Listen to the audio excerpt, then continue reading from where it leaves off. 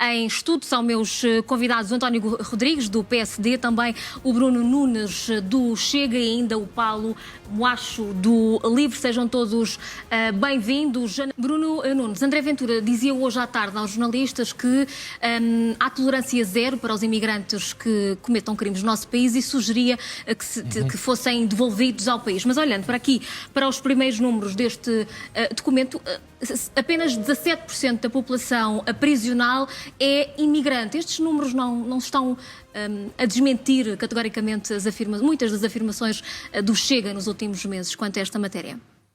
Mais boa tarde e obrigado pelo convite e cumprimentar os colegas de painel. Estes números são eles per si uma fraude. Vamos por partes. Aquilo que sabemos do Razi é que o Razi continua a ocultar as questões demográficas em relação à origem dos crimes. Mas mais, e se quisermos falar de um facto concreto, nós, quando temos acesso aos dados da população prisional, são ocultados todos aqueles que estão em prisão preventiva.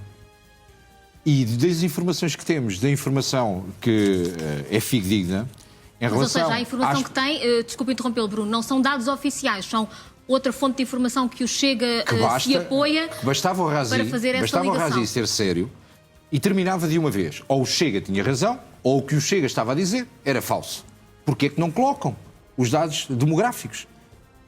A situação que existe dentro das prisões portuguesas em relação às prisões preventivas, as informações que nós temos são colocados mais 2.000 casos em prisão preventiva que não estão relatados no Razi, porque continuam em prisão preventiva. E, portanto, mas muitas vezes não vale a pena também continuarmos... falamos de pessoas que são, enfim, detidas no nosso país e que, ao abrigo até de processos de extradição, estão em situação de prisão preventiva no nosso país. Não sei se também está a contabilizar esses dados. Estamos a falar de todos. Agora, uma questão é clara. Nós podemos continuar a iludir as pessoas lá em casa e dizer que isto são questões de sensações, que o Chega está enganado. Podemos ter este discurso de Miss Universo que o Primeiro-Ministro teve, de dizer somos um país seguro, paz no mundo, garantia que todos estão em segurança. Não estamos. Não estamos. Os casos são diários, basta ver o NAU, basta ver todos os canais e percebemos exatamente que existem problemas graves de criminalidade. Não vale a pena vir dizer que é apenas a recuperação do tempo de serviço, da melhoria da progressão de carreira dos polícias ou de pagar aos polícias, porque tem que existir um agravamento de penas. E neste caso em concreto, em relação a todo o tráfico humano que existe, dos quais os imigrantes também são vítimas, e todos os casos relacionados com a imigração ilegal têm que ser de uma vez por todas colocados em cima da mesa de forma séria. Para além disso, os dados que são revelados agora em relação aos crimes cometidos em ambiente escolar é uma consequência da inoperância da Assembleia da República nos últimos anos. A Assembleia da República tem-se preocupado muito com a questão de ideologia de género.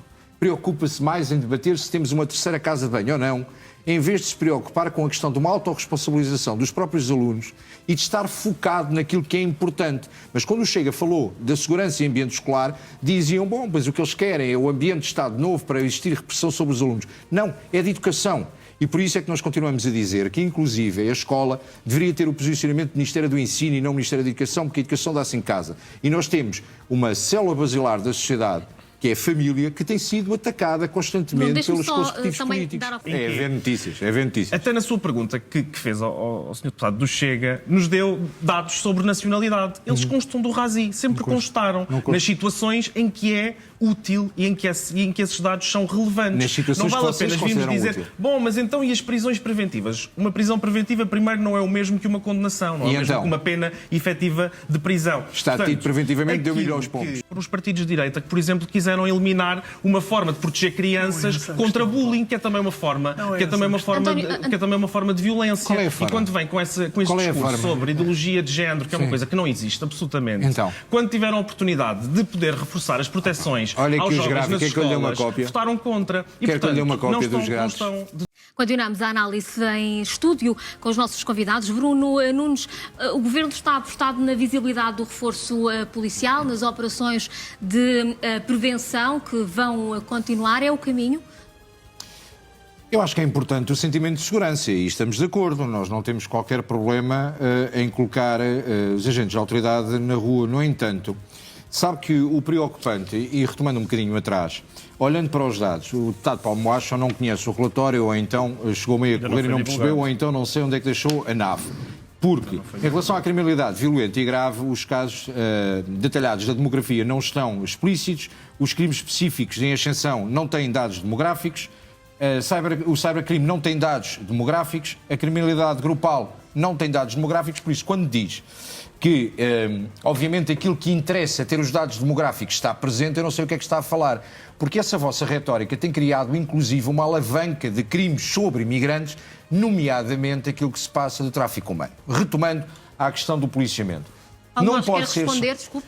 Não, isso não é verdade. Quer dizer, o tráfico de seres humanos é um problema complicado no nosso país que tem que ser combatido. E tanto há pessoas que são acusadas desse crime, que são pessoas que também são de outros países, como também pessoas que são portuguesas. Portanto, essa questão não é sequer relevante. Nós sabemos que esse é um crime que está a crescer no nosso país e crescerá quanto mais não haja caminhos seguros de imigração, que é isso que nós temos dito sempre. Se as pessoas têm que depender de redes para poderem vir para Portugal, quando a economia portuguesa e todos os empresários dizem isso, também já disseram isso ao Chega, se continuam a precisar de imigração para a economia funcionar, as pessoas continuarão a chegar. Temos é garantir que elas chegam em condições de segurança. Numa lógica de... Vocês, inclusive, para vocês abandalhávamos a lei da nacionalidade. Mas se me permitir concluir, porque eu não interrompi ninguém. Se for cada vez que eu falar interromper o outro, eu vou pedir que o método seja o mesmo comigo. Quando alguém falar, eu possa responder. Coisa que não aconteceu até aqui. Em relação à questão do policiamento, nós não podemos continuar a ter os polícias, sempre que fazem uma detenção, a ficar mais tempo detidos eles próprios dentro da esquadra, a preencher papelada, e os criminosos cá fora.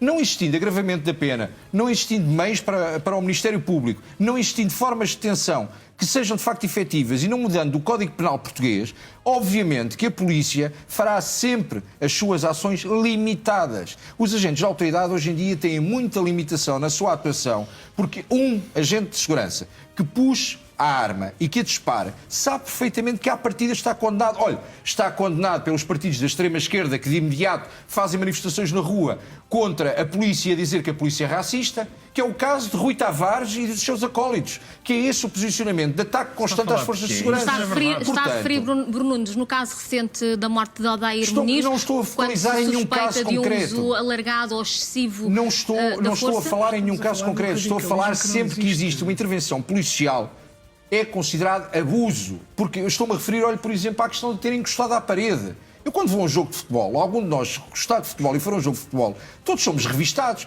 Achamos que está a haver abuso de autoridade. Porque é que foi aquele espetáculo todo? Foram dias e dias, horas e horas, aqui nos painéis, a chincalhar a polícia, a pôr a polícia num mote que não é esse o posicionamento. E isto também cria sentimento de, obviamente, insegurança, pois temos alguns canais de televisão que têm a lógica do é tudo uma sensação. Olha, eu estava sentado nesta cadeira quando iniciaram os tumultos em Lisboa e tivemos que interromper.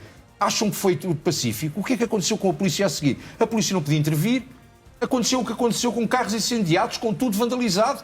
E a seguir o que se tentou criar foi pegar numa proposta que por acaso foi apresentada por mim na Câmara Municipal de Loures e dizer que era uma discriminação, dizermos que quem queima ou quem cria um ataque em praça pública ou um bem público deve perder a casa. Mas vocês querem... António Rodrigues, deixe-me dar também a palavra ao António Rodrigues, tem estado constantemente a abanar... Seguir este tipo de atitudes é aquela atitude popularucha que o Chega nos habituou, demagógica e radical, de dizer eles são todos bandidos, eles são todos maus, vamos prendê-los a todos. E não é essa a realidade, nem o Estado de Direito. Há casos que estão filmados e que não é dado como válida a prova. Vamos falar daquilo que também não é dada como válida a prova. Ninguém o interrompeu, pois não? Certo. Portanto, não interrompa. Foi interrompida a primeira vez, por isso agora mantém. Não vá por aí. Não vá por aí, porque não tem que ser. Tem que ser. Se eu sou interrompido, interrompa a seguir.